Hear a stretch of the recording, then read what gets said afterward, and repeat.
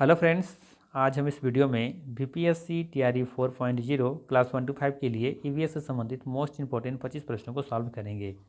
Set number है 20। इससे पहले ऑलरेडी हमने 19 सेट करा रखा है, उसका लिंक डिस्क्रिप्शन में दिया हुआ है या फिर प्लेलिस्ट में जाके आप देख सकते हैं। साथ ही साथ ये जो कंटेंट तैयार किया गया है ये बिहार विद्यालय के पर्यावरण एवं हम जो कि कक्षा तीसरी से लेकर के 5वीं तक चलती हैं और विज्ञान जो कि कक्षा 6ठी से लेकर के 8वीं तक चलती हैं, उस किताब से ये कंटेंट तैयार किया गया है। ठीक है, तो चलिए फिर शुरू करते हैं और देखते हैं आज का पहला सवाल। आज का पहला सवाल है, इनमें से किसे छूने पर साबुन जैसा महसूस होता है? अम्ल, क्षार, लवण, एक से अधिक, इनमें से कोई नहीं। तो ध्यान रखिएगा, क्षार को छूने पर साबुन जैसा महसूस होता है। ऑप्शन नंबर बी यहाँ पे बिल्कुल ही सही होगा। ठीक है, इसका पीएच वैल्यू 7 से ऊपर होता है। अगर 7 से कम है तो वो अम्लीय प्रकृति का होगा, जबकि अगर पीएच वैल्यू 7 है तो वो लवण होगा। ठीक है, ध्यान रखिएगा। चलिए अगला सवाल लेते हैं। अगला सवाल है, निम्नलिखित में से कौन सा एक प्राकृतिक संकेतक है? गुलाब की पाखुंडी, हल्दी, लिटमस, एक से अधिक होगा, इनमें से कोई नहीं। प्राकृतिक संकेतक मतलब ये होता है कि कुछ ऐसा प्रकृतिक में कुछ ऐसा संकेतक इंडिकेटर जो कि ये डिसाइड कर पाए या फिर फर्क कर पाए कि कौन सा प्रकृति में अम्ल है और कौन सा क्षार है या फिर लवण है। तो ऐसे गुणों को बताने वाले को प्राकृतिक संकेतक कहते हैं।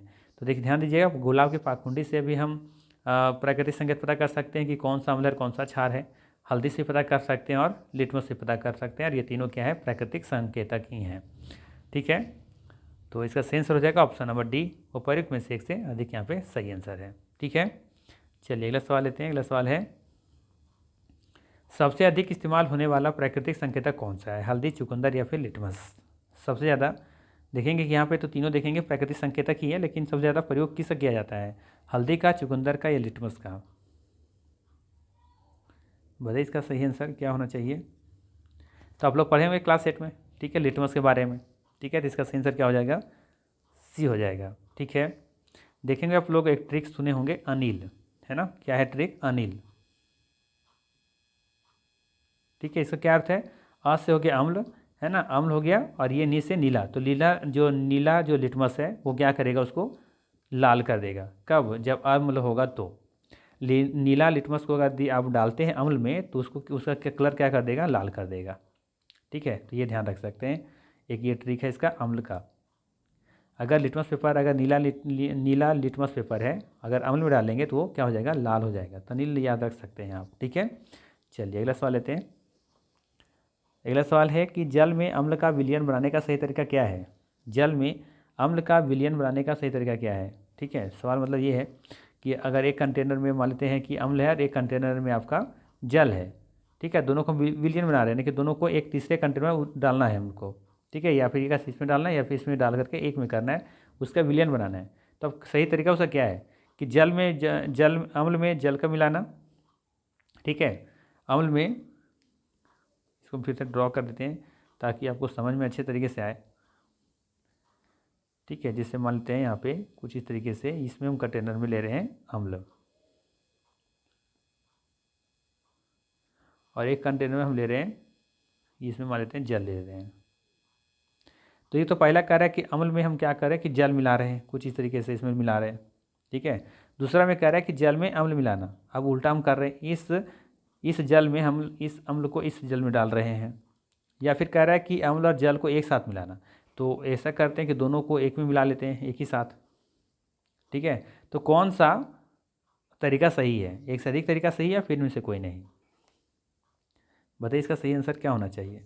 तो ध्यान रखिएगा, हमेशा जल में अम्ल मिलाते हैं। ठीक है, जल में क्या करते हैं? अम्ल मिलाते हैं, यानी कि ये वाला जो अम्ल है ना, ये अम्ल है, इस जल में हम लोग मिलाते हैं। ऐसा क्यों है? क्योंकि देखिए अम्ल क्या होता है ना, बहुत ज़्यादा रिएक्टिव होता है, नहीं कह सकते बहुत ज़्यादा इसमें जो होता है ना, ये ज़्यादा कह सकते हैं उष्मा छेपी है ना, उष्मा बहुत ज़्यादा रिलीज होता है इससे। तो अचानक अगर सोचिए कि जगह थी हम क्या कर रहे हैं कि जल को ही इसमें डाल देंगे तो बहुत ज़्यादा उसमें क्या होगा? रिलीज होगा, उसमें खतरा होने का चांसेस है, यानी कि नुकसान हो सकता है। ठीक है, बहुत ज़्यादा वो रिएक्ट करना शुरू कर जाता है। तो हम क्या करेंगे, थोड़ा थोड़ा करके जल में मिलाएंगे, तो वो फिर वो जल क्या है, बहुत कम, उसमें तो किसी तरह का कोई इसमें केमिकल्स होता नहीं, उस तरह से कुछ वहाँ पे रिएक्ट करेगा नहीं। तो जल उसमें अम्ल मिला रहे थोड़ा थोड़ा, तो क्या होगा उससे कि ज़्यादा इफेक्ट नहीं पड़ेगा, उससे ज़्यादा नुकसान होने की संभावना नहीं है, और ज़्यादा उसमें एक बार में रिलीज नहीं होगा, थोड़ा थोड़ा करके होगा। लेकिन जल को अगर मिला देते हैं तो क्या होगा, वहाँ से कुछ ज़्यादा उसमें रिलीज होने का चांसेस रहेगा और उससे नुकसान होने का खतरा ज़्यादा रहेगा। ठीक है, तो हम लोग यहाँ पे क्या करेंगे, जल में अम्ल को थोड़ा थोड़ा करके मिलाने का प्रयास करेंगे। तो इसका आंसर सही हो जाएगा बी ऑप्शन। ठीक है, चलिए अगला सवाल लेते हैं। अगला सवाल है निम्नलिखित में से कौन सा मूल प्रकृति यौगिक का है। बताना है कि निम्नलिखित में से कौन सा मूल प्रकृति यानी यौगिक का है। नींबू पानी, बेकिंग सोडा, नीला थोथा या फिर एक से अधिक होगा, इनमें से कोई नहीं। आपको बताना है कि मूल प्रकृति जो है वो मूल प्रकृति का है, मतलब उसमें अलग से यौगिक बनाया नहीं गया है, मतलब पहले से ही प्रकृति में मौजूद है उस तरीके का। जैसे नींबू पानी है तो नींबू पानी का ऑप्शन जब तो आपको खुद पता चल गया होगा कि नींबू पानी ये प्राकृतिक में नहीं है। ये नींबू पानी यानी कि नींबू में हम क्या कर रहे हैं, पानी डाल रहे हैं, उसका तब यौगिक बना रहे हैं। ठीक है, तो होगा नहीं। उसी तरीके से बताना है कि बी और सी में कौन बचा या फिर इनसे कोई नहीं होगा।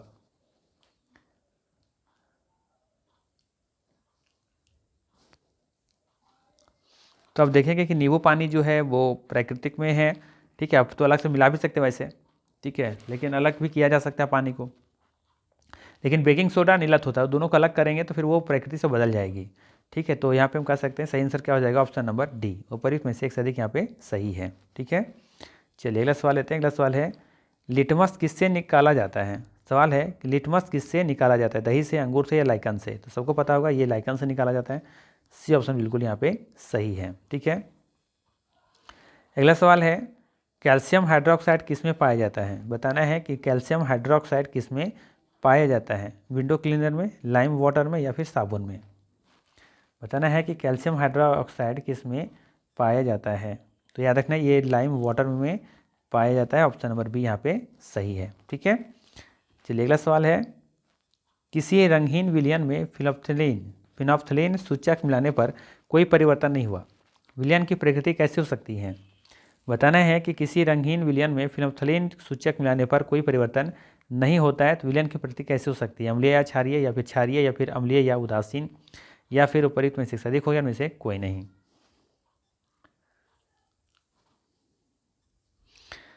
तो यहाँ पे ध्यान रखना है कि अगर अम्लीय होगा, ठीक है, ध्यान रखिएगा, ज़्यादा अगर अम्लीय होगा तो कलर उसका नारंगी कलर का हो जाएगा। ठीक है, तो यहाँ पे देखिए क्या लिखा है, वैसे लिखा है कि किसी रंगीन विलयन में, तो रंगीन विलयन में जब मिलाते हैं तो या तो इसकी प्रकृति अम्लीय होगा या तो उदासीन के पास होगा। ठीक है, तो इसका सही आंसर क्या हो जाएगा, ऑप्शन नंबर सी। ठीक है, ध्यान रखिएगा। साथ ही साथ ध्यान रखिएगा अगर यदि इसमें क्षारीय गुण का होगा, अगर जो कलर है जैसे कि कोई कंटेनर है जिसमें वो क्षारीय प्रकृति का इसमें है, मान लो ये क्षारीय है, ठीक है, इसे जो मिला के रखें वो क्षारीय, इसमें हम क्या करें फिनोप्थलीन अगर सूचक मिला रहे हैं तो उसका जो कलर होगा वो क्या होगा, गुलाबी कलर का हो जाएगा। ठीक है, और अगर ज़्यादा क्षारीय प्रकृति का होगा फिर वो रंगीन हो जाएगा।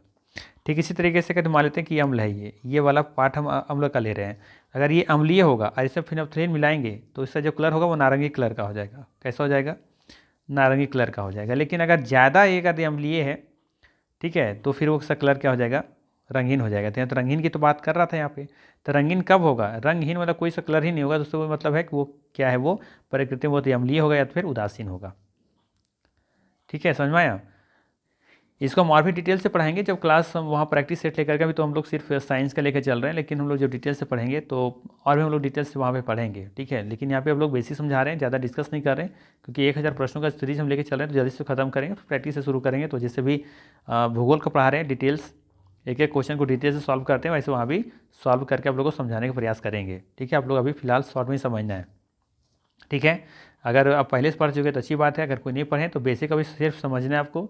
कंटिन्यू पढ़िए, मेरे साथ रहिए, कहीं ना कहीं आपको कॉन्सेप्ट क्लियर जरूर हो जाएगा। ठीक है, तो बस आपको फिलहाल यहाँ पर याद रखना है कि अगर फिनोप्थलीन है, ठीक है, और अगर मान लेते हैं कि ये अगर आपका क्या है, ये आपका अगर अम्लीय वाला बोतल है, ये वैसे तो अम्लीय हम ये वाले ले रखे थे, ठीक है, तो अगर ये अम्लीय बोतल है, ये वाला कोई ढक्कन है, इसमें क्या डाल के रखे हैं, ये इसमें क्षार, तो अगर क्षार मिला दिए हैं तो उसमें अगर फिनोप्थलीन मिलाएंगे तो उसका कलर नारंगी हो जाएगा, और अगर ज़्यादा क्षारीय प्रकृति का होगा तो फिर वो रंगीन हो जाएगा।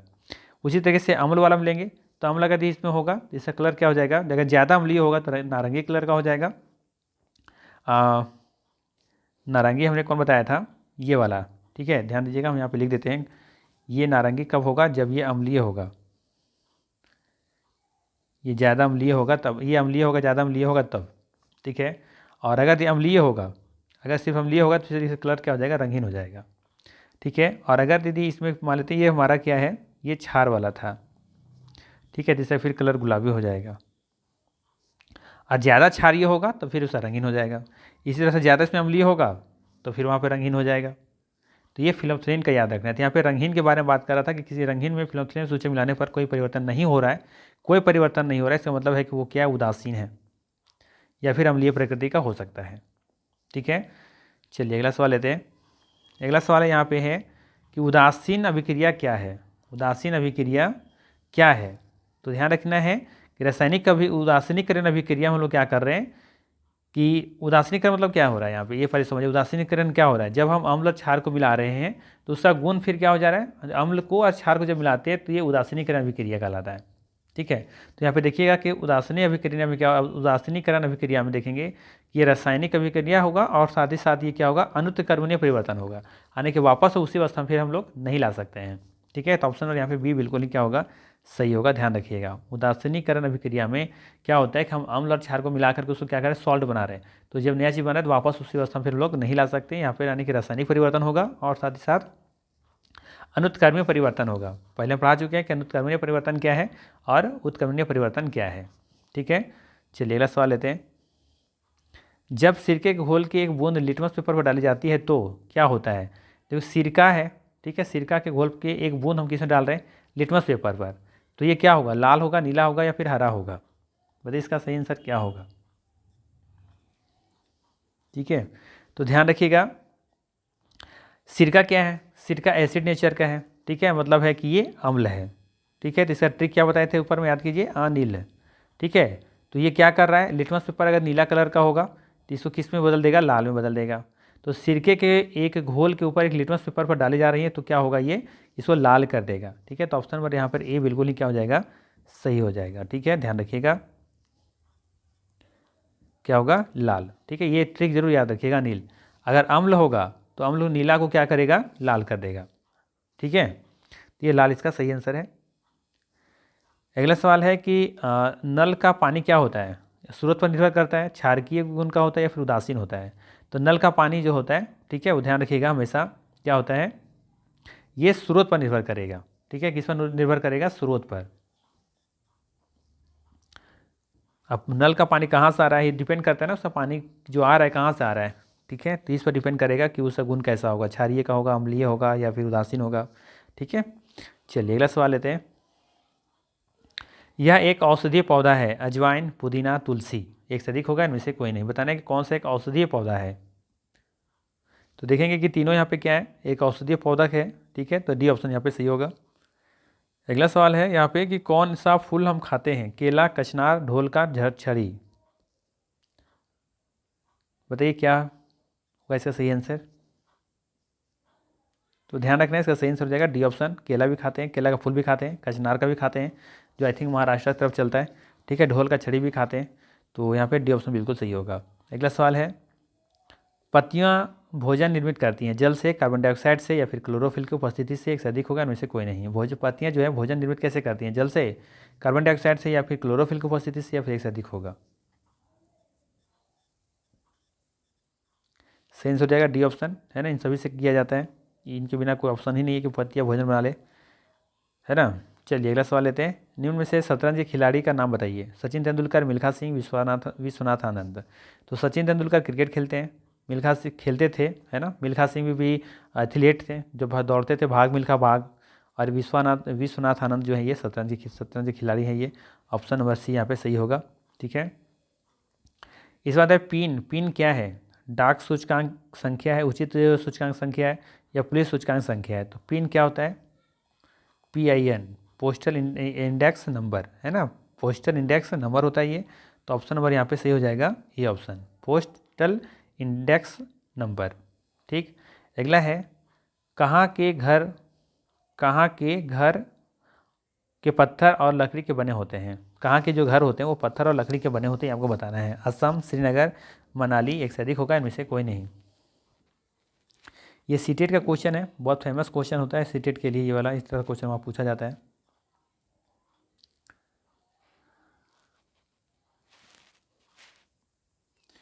तो ध्यान रखना है, ऐसे स्थानों पे ऐसे घर बनाए जाते हैं जहाँ पे बहुत ज़्यादा ठंड पड़ती है, क्योंकि पत्थर और लकड़ी दोनों क्या हैं, ये ऊष्मा के कुछ अलग होते हैं। ठीक है, तो ध्यान रखिएगा, इसका सही आंसर हो जाएगा ऑप्शन नंबर डी। ठीक है, चलिए अगला सवाल लेते हैं। अगला सवाल है, भारत की राजधानी कहाँ है, नई दिल्ली, श्रीनगर, बेंगलुरु या फिर एक से अधिक होगा, इनमें से कोई नहीं। सही आंसर हो जाएगा ऑप्शन नंबर ए नई दिल्ली। अगला सवाल है कि डल झील कहाँ है। सवाल है कि डल झील कहाँ है, श्रीनगर, दिल्ली, गांधीनगर, एक से अधिक होगा, इनमें से कोई नहीं। तो याद रखना है डल झील है श्रीनगर में। अगला सवाल है समुद्र से भूमि की ओर हवा को क्या कहा जाता है। समुद्र से भूमि की ओर हवा जो चलती है उसे क्या कहा जाता है, समुद्री हवा, स्थलीय हवा या फिर एक से अधिक होगा, इनमें से कोई नहीं। तो ध्यान रखिए समुद्र से जब भूमि की ओर चलती है उसे समुद्री हवा कहते हैं, जब भूमि से समुद्र की ओर चलते हैं उसे स्थलीय हवा कहते हैं। तो ऑप्शन नंबर ये यहाँ पे बिल्कुल ही सही होगा। अगला सवाल है कि कौन सा रंग अधिक ऊष्मा सोखता है, काला, सफ़ेद, नीला या फिर एक से अधिक होगा, इनमें से कोई नहीं। सही आंसर हो जाएगा ऑप्शन नंबर ए काला। इसीलिए देखेंगे कि ठंड के मौसम में जो होता है रंगीन कपड़ा पहनना चाहिए, या फिर काला कपड़ा यदि पहन रहे हैं तो और अच्छी बात है। गर्मी के मौसम में देखेंगे कि सफ़ेद कपड़ा पहनते हैं क्योंकि वो ऊष्मा का सबसे कम अवशोषित करता है। ठीक है। अगला सवाल है कि तापमान का SI मात्रक क्या होता है।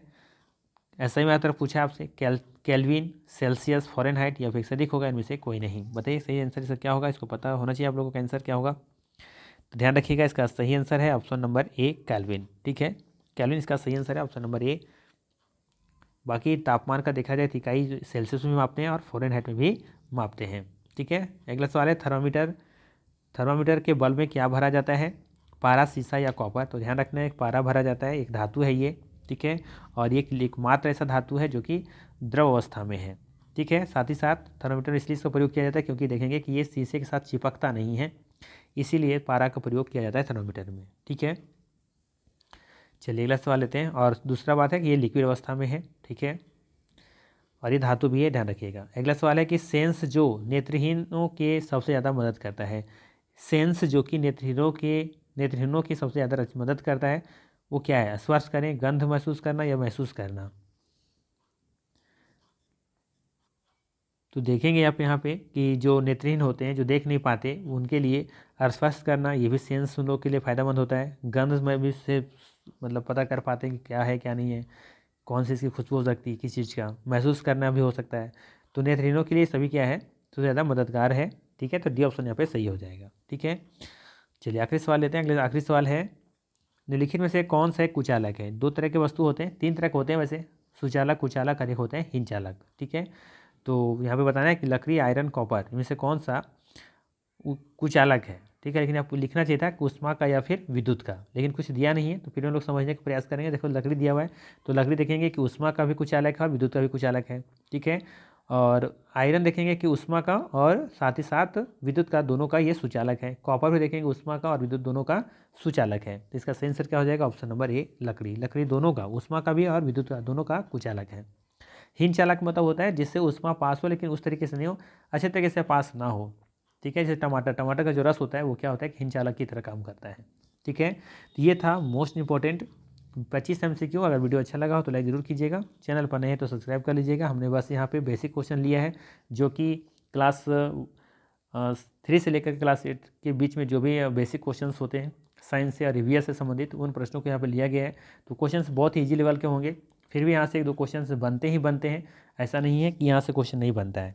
ये आप अगर सोच रहे हैं कि इतने जो क्वेश्चन नहीं पूछा जाता है तो किताब उठा के देखें, प्रीवियस पेपर उठा कर आप देख सकते हैं, यहाँ से भी क्वेश्चंस पूछे गए और पूछे जाते रहेंगे। ठीक है। और इजी क्वेश्चन से हम लोग गलती करके आते हैं, इसीलिए सिलेक्शन नहीं हो पाता है।